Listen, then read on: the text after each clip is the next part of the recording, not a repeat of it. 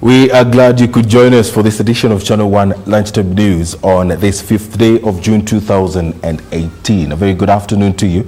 My name is Edward Kabasa. Our sign language interpreter is Lucy Maura. And you can interact with us. The number is 22162. Do indicate your name and where you're watching us from. You can also tweet us at KBC Channel 1. Welcome to the program. The National Assembly will resume its sittings this afternoon after a month-long recess. Top on the agenda will be the consideration of the report of the Budget and Appropriations Committee on budget estimates ahead of the budget reading. The August House convenes amid keen interest in the status of the ongoing probe into mega graft allegations at the National Youth Service and the National Cereals and Produce Board.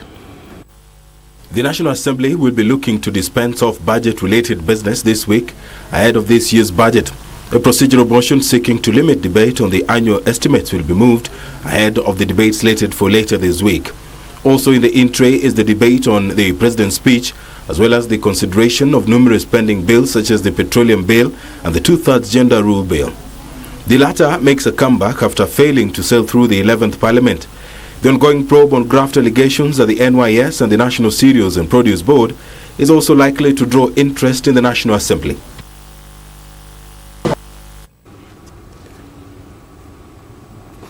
Transport along Lokichar-Lodo Road was paralyzed for hours after Kanaswait River broke its bank due to heavy rains pounding the region.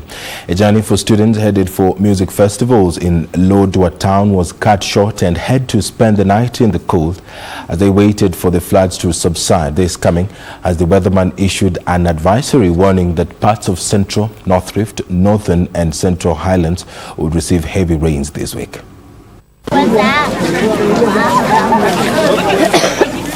While it seems like the heavy rains that have been pounding the country for about 2 months have subsided, heavy rains that have been pounding Turkana South this week have caused frustration for hundreds of motorists plying this route. One of them, we are putting even students at risk kwa sababu mvua ikipata hii jioni, it's not safe for them. Tunaomba serikali tutengeneze barabara so that usafiri kwa salama kwa wasafiri wote na wanafunzi pia. For these students from Turkana South and East, their journey to Lodwar for the music festivals was cut short at Kanaswat River in Lochangamatak. For Simon Lokwar, a student at AGC Lokichar Secondary School, poor road infrastructure in the region has caused them untold suffering. A truck driver who attempted to cross the river only to get stuck was in hopes of any driver crossing even after the flood subsided. This comes as predictions for between 4th to 6th June by the weatherman indicate that rainfall of more than 40 millimeters would be experienced in about 21 counties situated in parts of Central and North Rift Valley, Northern and Central Highlands region. Residents in urban areas are advised to be on the lookout for potential flash floods and move to safer grounds until the flooding subsides. Caroline Kamar reporting for Channel 1 Lunchtime News. 18 people escaped death narrowly after the vehicle they were traveling in was involved in an accident along Kenyatta Road. Confirming the incident, Juja OCPD Patrick Manyasi said one person who sustained life-threatening injuries is receiving treatment at Kenyatta National Hospital, while the rest were rushed to various hospitals within Ruiru and Gatundu. It was a near-death experience for the 18 passengers after the Neo company bus they were traveling in was involved in an accident. The bus that was traveling from Thika to Nairobi is said to have hit a pavement before landing in a ditch. Witnesses say the driver of the bus who escaped shortly after the accident appeared to have been attempting to avoid hitting an oncoming vehicle after the vehicle developed a mechanical problem. Tumeona hiyo gari kitoka pande hii ya Nairobi. Wakati kama breki ilipoteza, ikanyongo ikona kwenda Gatundu, ikagonga pavement pale, ikaenda kama imeslide, ikaangalia kama imeanguka huko chini. Tukaenda kukaokoa watu ambao wameumia kwa hospitali. Sasa ni kama driver amesikia gari haina breki, akaanza kutafuta mahali pa kuegemea sababu angeua watu wote pale kwa stage. Sababu sasa hiyo mlio na nini, nilikuja nikakaa pande hii na sasa hata roho yangu ilikuwa inaduda, singeweza kujua ni nini kimeendelea. Sasa hiyo gari tukikuja ikipanda mlima, mbona sija clutch inanuka. Sasa imefika hapa tukaambia conductor, mimi nilikuwa nimekaja kwa mlango, kiti watu watatu. Kaambia makanga, hebu nishikisha hapo Kenyatta Road. kwa siku najua maana nakuja vizuri exactly. So kumwambia hivyo, kufika hapa akapiga gari tukiwa pale. So kuipiga si tukafikiri nikaanza kuslow kiasi. Kufika hapa nikashikia imeongeza speed. Sikushtukia sana, tulikuwa tumekaa mbele kiasi, kushtukia na nasikia impiga pavement. Juja OCPD Peter Manyasi says they have since launched a manhunt for the missing driver as investigations into the incident continue. 9 of the patients who secured multiple injuries are being treated at Gatundu Level 4 Hospital, while 5 others are receiving treatment at Ruiru Level 4 Hospital. One passenger who sustained a spinal injury is recuperating at Kenyatta National Hospital.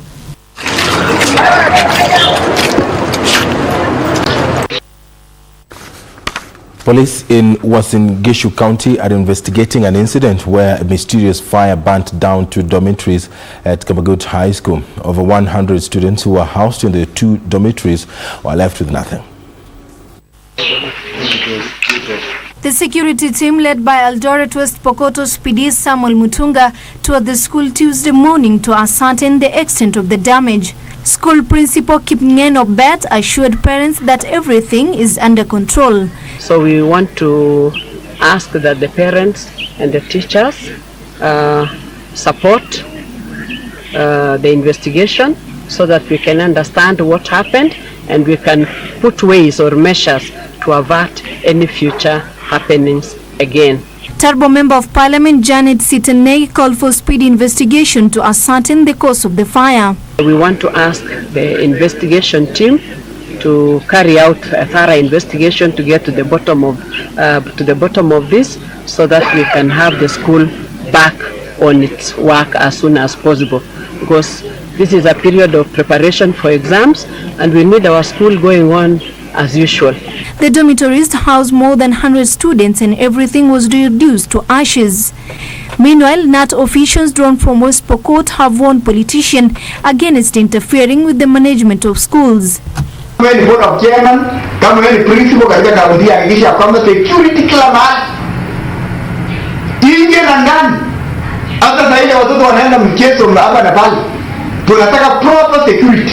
The branch executive secretary Martin Sembelo says they have been working smoothly with all stakeholders for the last 6 years and wondered why some politicians were now trying to disrupt learning in some schools. Reporting for Lunchtime News, I'm Kaltun Jama. The Chuka Council of Elders has expressed its support for the proposed change of Tharaka Nithi County to Meru South County. The elders argue that the current name does not represent all the communities living in the region, which comprises the Chuka, Mwimbi, Muthambi and Tharaka sub-tribes.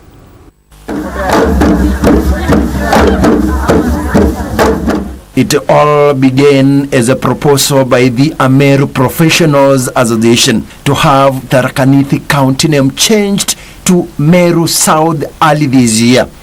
The professionals, led by its spokesperson, Chuka University Vice Chancellor Erastus Njoka, had argued that the change of name would promote unity among the Meru-speaking people. The proposal now seems to have gained support from the local elders. Chuka Council of Elders, the council through its Secretary General Leison Nyaga, say the current name does not give the identity of the locals who are basically Ameru. We are Ameru, a people, and as a result, the Tharaka Nithi County should be renamed Meru South County. Hii haitaji mambo mengi, ni viongozi tu kukaa chini au watu wale delegates watachaguliwa katika 3 constituencies alafu waamue jina ile wanataka. The elders claim Tharaka Nithi was a creation of one politician back in the 90s. Na hii jina kuandikwa hata kwa vitabu hatukuuzishwa, na hiyo ni jambo la maana. Constitution yetu inasema watu wauzishwe katika swala zote. The name of our county is an issue of concern because it doesn't reflect our identity as a people. The elders are now pushing for an all-inclusive consultative meeting from each constituency in the county to deliberate on the proposed name change. Samson Kitavi, Lunchtime News. Communities living within Samburu County and its environs have been urged to exercise tolerance and embrace dialogue in efforts aimed at restoring stability in the volatile region. Samburu woman representative Maison Leshomo, who lauded police for their efforts in maintaining peace, called for enhanced cooperation between local communities living in the region and security agents. Samburu County has witnessed its fair share of challenges resulting from marauding bandits and perennial attacks occasioned by inadequate pasture and water for livestock. It is a narrative that appears to be slowly changing, going by the events of recent weeks, lauding security personnel and locals for their cooperation in taming runaway insecurity in the region. Samburu lawmaker Maison Leshomo advised residents and those residing along its borders to embrace dialogue in resolving emerging challenges. Maison urged locals to volunteer information to authorities to avert possible attacks.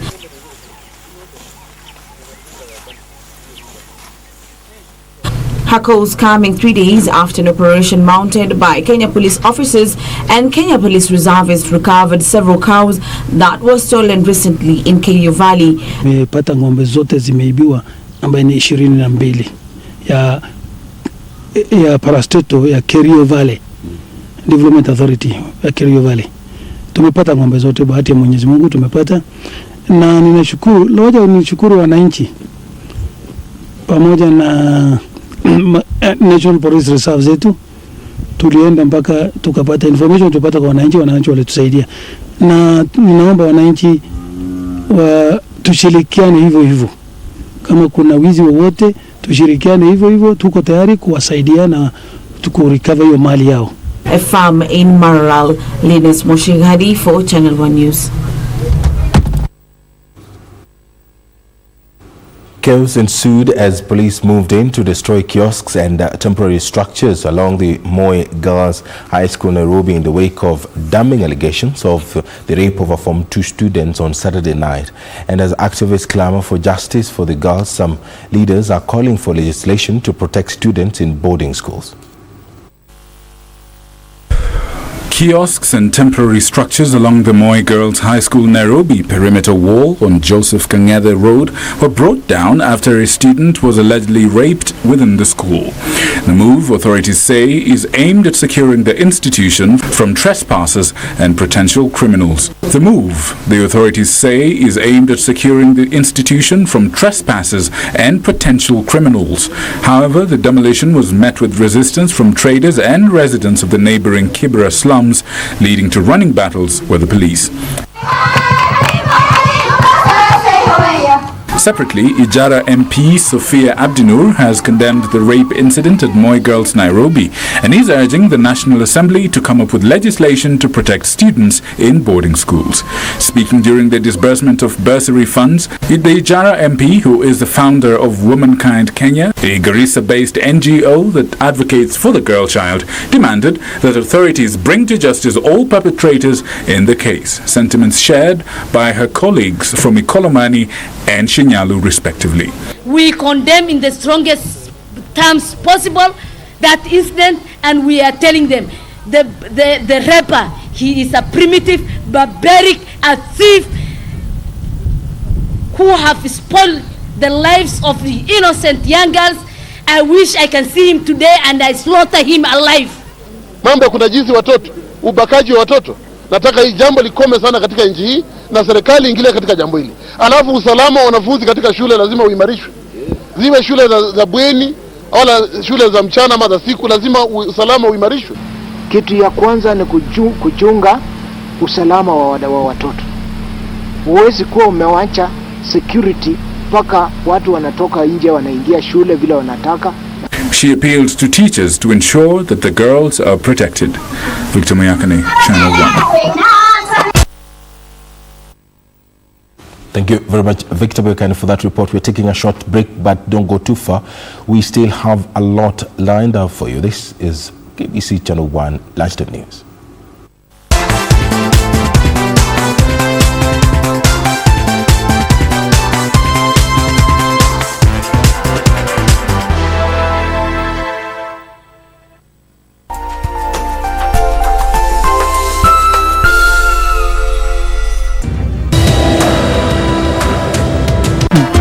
anatuambia ati tuame kwa hiyo nyumba yetu ya mawe tuende tukakodisha nyumba ya matope. Zablon. Mama, unafanya nini hapa? Kuna shida nyumbani? Shida iko hapa.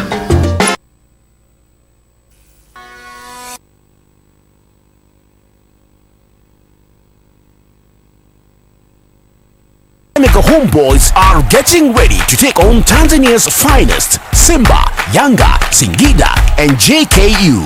The champion will face one of EPL greats, Everton FC at Goodison Park. Don't miss another moment of football history. SportPesa Super Cup from the 3rd to 10th of June.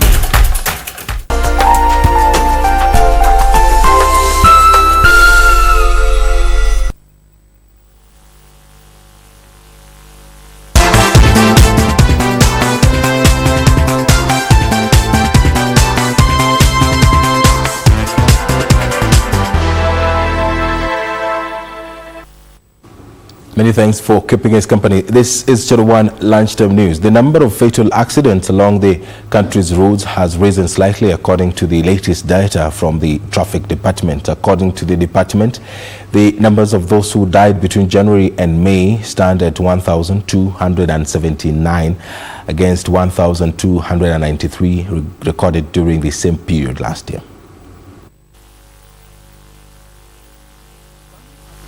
The country has witnessed a spate of fatal road accidents, raising concerns over the efficacy of agency tasked with enforcing traffic rules. While releasing the figures, Mary Omari, the commissioner in charge of the operations in the traffic department, noted that motorcycle operators and pedestrians accounted for the highest number. Statistics zile tuko nazo, wale watu wamekufa, wale watu wameumia, tunaweza sema ni alarming. Watu wanaendelea kufa kila siku kwa sababu ya nini? Road crashes. Hatutaziita accident kwa sababu accident ni kitu hauwezi zuia, it is beyond your control. Lakini crash unaweza zuia because ina happen kwa sababu ya nini? Carelessness, kutotii sheria za barabara na human error, na ni kitu unaweza control. According to the latest figures, 489 pedestrians, 275 passengers, 242 motorcycle operators, 107 pavilion passengers and 25 cyclists had died over the period under review. The government inatumia 300 billion kwa sababu ya maneno ya accidents, kutibu wale watu wameumia kwa barabara, kufacilitate, kununua madawa. Unaona, hiyo pesa inaweza tumika kufanya maendeleo katika nchi. The fatalities resulting from a total of 5,104 accidents that have been reported across the country, with 1,279 being fatal, 1,683 serious injuries, and a further 2,142 casualties receiving slight injuries. Reporting for Channel 1 News, I'm Lena Nyambura.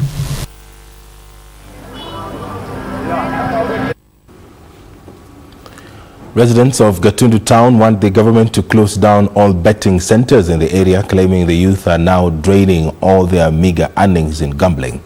The locals say those addicted to betting are mortgaging their properties in the hope of striking jackpots. Ban on importation of betting machine imposed by the government, according to residents of Gatundu town, will remedy the situation of betting centers that are still allowed to operate. They claim betting in the area has led to escalating cases of crime, and it was time authorities crack hard on the craze. A suicide survivor who lost everything in betting said he has forced to close down his welding business after those who had contacted him came for his tools. He says he was going public to warn others not to fall prey of illusions of striking quick riches through betting. Sharonze, Channel 1. Parents in Laikipia North have been challenged to take the education of their girls seriously to avoid cases of teenage pregnancies. Laikipia North Member of Parliament Sarah Korere said there is a need for parents to be extra vigilant with their children and educate them on their reproductive health issues. Speaking while issuing CDF checks to needy students, Laikipia North Member of Parliament Sarah Koreria accused some parents of taking the issues of teenage pregnancy casually and even negotiating with alleged offenders. Hii watoto wa shule wa kupata mimba, action should be taken. Na mpaka ile siku tutafunga watu kiasi hapa, ndio watajua wakiona mtoto ya shule unafunga suruali na mishipi tatu. Korare wants the Ministry of Education to ensure that no girl drops out of school due to pregnancy and follow up on those behind the criminal acts for prosecution. Mimi najua nyinyi mnapenda tu kulaumu hawa wanaume. Sisi kama kina mama tumefika. Na hiyo si kazi ya wanaume kuhakikisha watoto wako sawa, ni baba zao, lakini jukumu kubwa ni wewe kama mama. The legislator who held the president on his resolve to deal with bandits claiming illegal firearms being held by herders were being used to terrorize residents. Sentiments echoed by Laikipia women representative Kate Waruguru, who reiterated the need to shoot and kill all bandits who are infiltrating Laikipia from neighboring counties to steal livestock.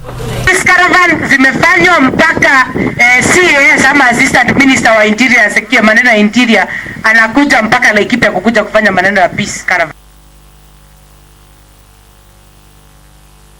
Business in Ruiru, Kiambu County was paralyzed after irate residents took to the streets protesting the continued sale and distribution of illicit brew. They accused county law enforcers of working in cahoots with some traders to frustrate the war on illegal brew.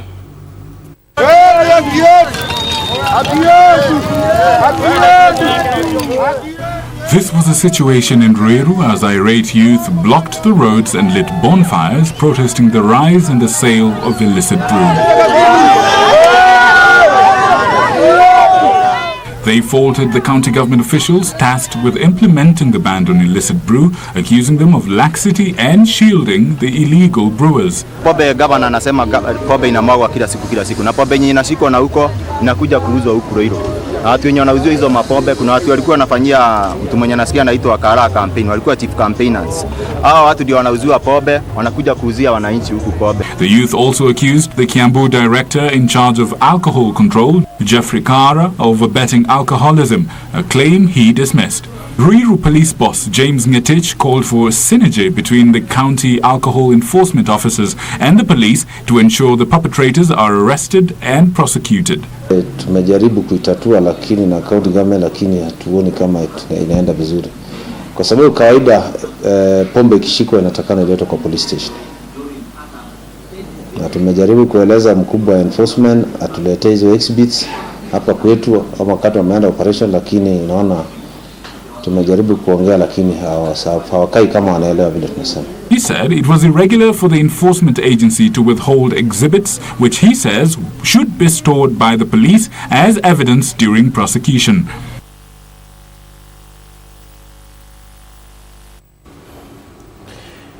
And in other matters, the Ministry of Health has deployed teams of technical personnel on a nationwide household survey and testing for HIV and AIDS. This follows the launch of the Kenya population-based HIV impact assessment, which hopes to scale up collection of data on the impact of the disease. Over 36,000 individuals and will focus on testing for HIV, sexually transmitted diseases, hepatitis B and nutrition among expectant women and children on a voluntary basis. Again, a major departure from what we have heard in the past undertaking the Kenya AIDS indicator surveys. That more needs to be done in order for Kenya to be HIV-free by the year 2030. You will note that up to 53% of HIV infected persons are unaware of the HIV infection status. Further, while over 1.1 million people living with HIV and AIDS are on treatment, this represents only 73% of the estimated need, and viral suppression is currently estimated at 83%. And of course, we'll be bringing you a comprehensive coverage of that in our subsequent bulletins. Residents of Kitengela are decrying An acute shortage of water coming just days after heavy rains caused massive destruction in the region. The residents are accusing the county government of failing to harvest the rainwater and ensure an effective water company is in a place to supply clean tapped water. The residents are forced to buy a 20-litre jerrycan of water for 50 shillings, whose source is questionable. They say they rely on water from neighboring Machakos County, calling on the county administration to establish an effective body to ensure access to clean piped water as a priority. Tatizo hili la ukosefu wa maji safi ya kunywa na bomba ya maji taka katika Kitengela na kaunti yetu ya Kajiado imekuwa kero kwa muda mrefu sana, na hii ni jukumu la serikali ya kaunti na serikali kuu. Inasemekananga maji inatoka pande ya Machakos County. Sasa kila saa huku magari za maji zimejaa na tumeshindwa hii shida itaisha lini.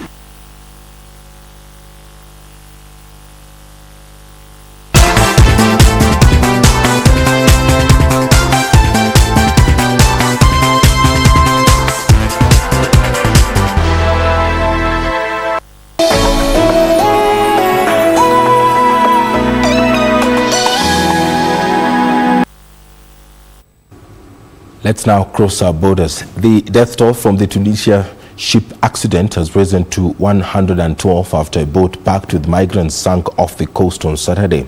68 people were rescued by the Coast Guard in the Sunday accident. International Organization for Migration released the latest figures a day after it was alleged that 50 people had died after the boat capsized 5 miles from the Kekena Islands and 16 nautical miles from the city of Sfax. 68 people were rescued by the Coast Guard. The country has become an important new route for migrants trying to make the crossing to Europe in the past year.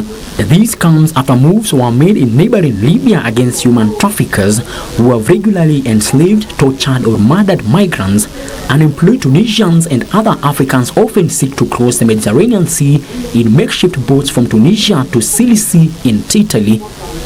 More than 32,000 people have reached Europe by sea so far this year, the IOM says, and 660 people have died attempting the crossing.